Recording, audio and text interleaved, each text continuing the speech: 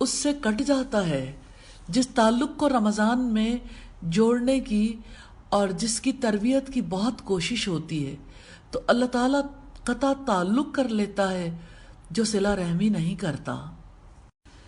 اللہ رب العزت کا فرمان ہے وَقَضَى رَبُّكَ أَلَّا تَعْبُدُوا إِلَّا إِيَّاهُ وَبِالْوَالِدَيْنِ إِحْسَانًا إِمَّا يَبْلُغَنَّ عِندَكَ الْكِبَرَ أَحَدُهُمَا أَوْ كِلَاهُمَا فَلَا تَقُل لَّهُمَا أُفٍّ وَلَا تَنْهَرْهُمَا وَقُل لَّهُمَا قَوْلًا كَرِيمًا وَاخْفِضْ لَهُمَا جَنَاحَ الذُّلِّ مِنَ الرَّحْمَةِ وَقُل رَّبِّ ارْحَمْهُمَا كَمَا رَبَّيَانِي صَغِيرًا۔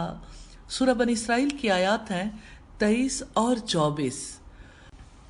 آپ کے رب نے فیصلہ کر دیا ہے کہ تم اس کے علاوہ اور کسی کی عبادت نہ کرو، اور والدین کے ساتھ بہتر سلوک کرو۔ اگر ان میں سے کوئی ایک یا دونوں تمہارے سامنے بڑھاپے کو پہنچ جائیں تو انہیں اف تک نہ کہو اور نہ ہی انہیں جھڑکو، اور ان سے ادب سے بات کرو، اور ان پر رحم کرتے ہوئے انکساری سے ان کے آگے جھکے رہو اور دعا کرو، اے میرے رب ان پر رحم فرما جیسے انہوں نے بچپن میں مجھے پالا تھا۔ نبی صلی اللہ علیہ وسلم کی خدمت میں ایک شخص آیا، اس نے عرض کیا اللہ کے رسول، میرے حسن سلوک کا سب سے زیادہ حقدار کون ہے؟ آپ نے فرمایا تیری ماں۔ اس نے پوچھا پھر کون؟ آپ نے فرمایا تیری ماں۔ اس نے پوچھا پھر کون؟ آپ نے فرمایا تمہاری ماں۔ اس نے پوچھا پھر کون؟ آپ نے فرمایا تمہارا باپ۔ صحیح بخاری کی روایت 5971 نمبر پر ہے۔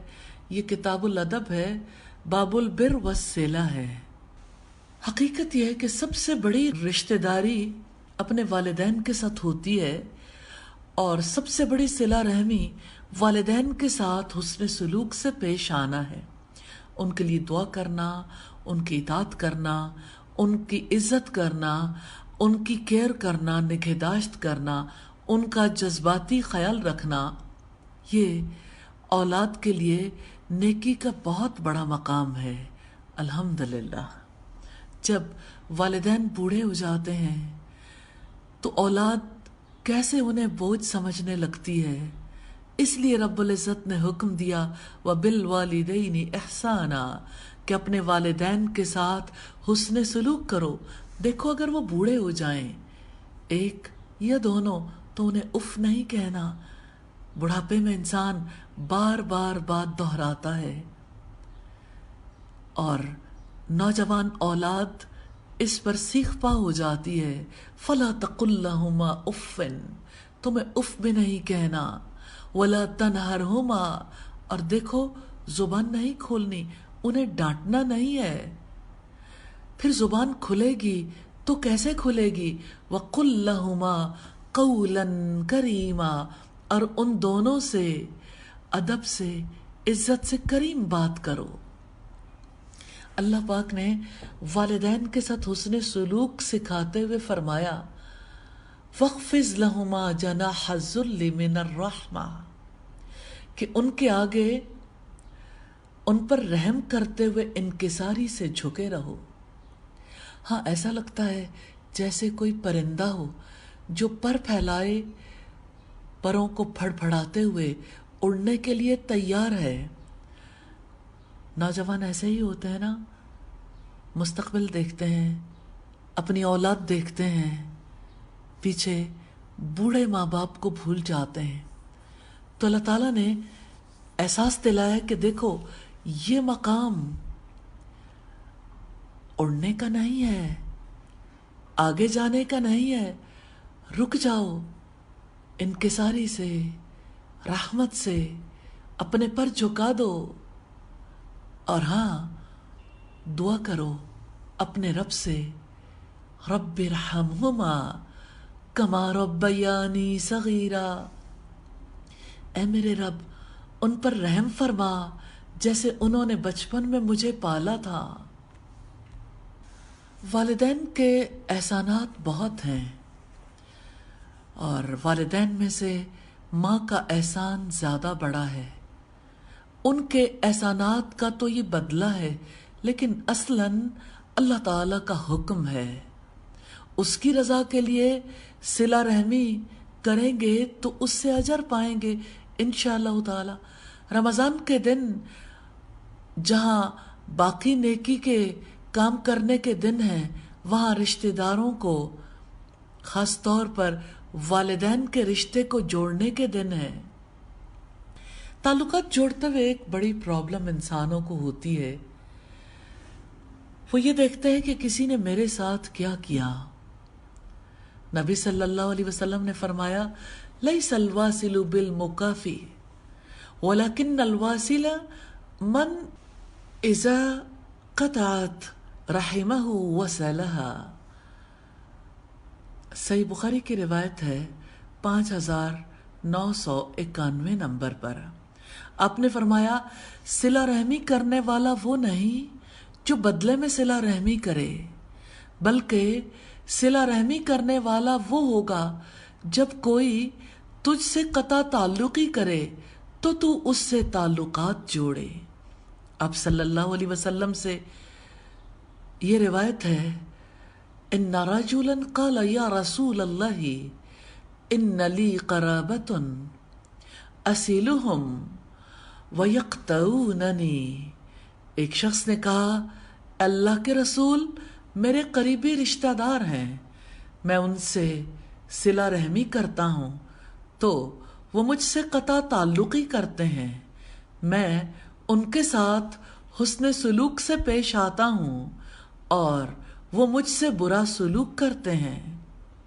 اب صلی اللہ علیہ وسلم نے فرمایا، اگر واقعی ایسا ہے جیسا تم کہتے ہو تو اللہ تعالی تیرا مددگار ہوگا۔ کتنے ہی لوگ تھے مکہ میں جنہوں نے اپنے رشتہ داروں کو گھروں سے نکال دیا، انہوں نے ہجرت کرنے پر مجبور کر دیا، تکلیفیں دیں، آپ صلی اللہ علیہ وسلم کو بھی ہجرت پر مجبور کیا، آپ سے جنگیں کیں، اللہ تعالیٰ نے آپ کو ان پر غالب کر دیا۔ اور آپ صلی اللہ علیہ وسلم جب مکہ فتح کرنے کے موقع پر مکہ میں انٹر ہوئے تو آپ کا سر جھکا ہوا تھا اپنی سواری پر۔ آپ صلی اللہ علیہ وسلم اللہ تعالیٰ سے دعا کرتے جا رہے تھے اور لوگوں سے کہہ رہے تھے، لا تثریب علیکم اليوم، آج کے دن تم سے کوئی مواخذہ نہیں، آج کے دن کوئی مواخذہ نہیں۔ ایسی صلہ رحمی کی مثال نہیں ملتی۔ سیدنا یوسف علیہ السلام کے بھائیوں نے انہیں کیسے اندھے کنویں میں ڈال دیا تھا، کس قدر انہوں نے غریب الوطنی کی زندگی میں اذیتیں کاٹیں، پہلے کنویں میں، پھر مصر پہنچے، پھر بک گئے، پھر عزیز مصر کے گھر میں اس کی بیوی پیچھے پڑ گئی، پھر اس کے گھر سے نکالے گئے، پھر جیل خانے میں کتنی طویل مدت رہے، پھر اللہ تعالیٰ نے مصر کے اقتدار تک پہنچایا، قید پڑا، بھائی آئے، اور پھر اللہ تعالیٰ نے جو بچپن میں خواب دکھایا تھا اس کے مطابق ماں باپ اور بھائی آئے۔ تو یوسف علیہ السلام نے کیا کہا تھا کہ شیطان نے ہمارے درمیان جدائی ڈال دی تھی، آج کے دن تم سے کوئی مواخذہ نہیں۔ ایسی صلہ رحمی کی مثال انبیاء ہی ہو سکتے ہیں، اور یقیناً ہمیں انہی کی اتباع کرنی ہے۔ اور کیوں نہ صلہ رحمی کریں، صلہ رحمی عمر میں اور رزق میں اضافے اور برکت کا باعث بنتی ہے۔ صلہ رحمی سے دل پاک ہوتے ہیں، کیونکہ دلوں کے اندر کی بدگمانیاں، دلوں کے اندر نفرتیں، کینہ اور بغض نہیں رہ جاتا۔ صلہ رحمی کی وجہ سے حسد پیدا نہیں ہوتا۔ دل پاک ہو جائے تو اللہ تعالیٰ کے ساتھ تعلق مضبوط ہوتا ہے، دل صاف ہو جائیں تو اللہ کا قرب نصیب ہوتا ہے، دل صاف ہو جائیں تو اللہ